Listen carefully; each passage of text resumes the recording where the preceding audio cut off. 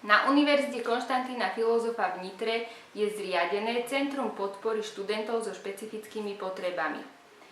Podľa zákona o vysokých školách sa za študenta so špecifickými potrebami považuje študent so zrakovým postihnutím, študent so sluchovým postihnutím, študent s telesným postihnutím, študent s chronickým ochorením, študent so zdravotným oslabením, študent so psychickým ochorením, s autizmom a ďalšími pervazívnymi vývinovými poruchami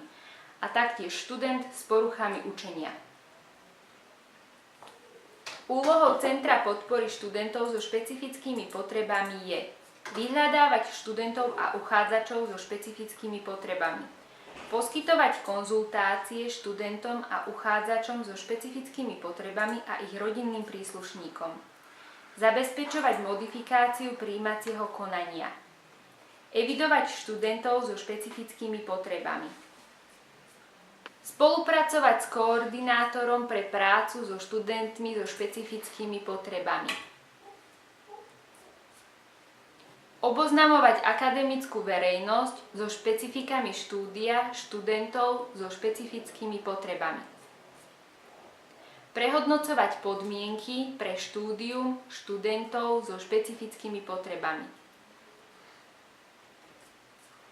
udržiavať kontakty so študentmi so špecifickými potrebami,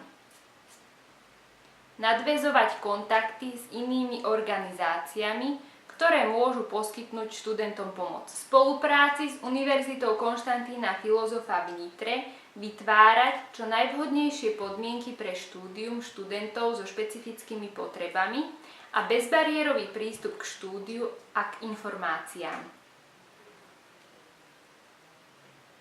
Zabezpečiť a poskytnúť intervenciu prostredníctvom špecifických programov zameraných na poruchy učenia.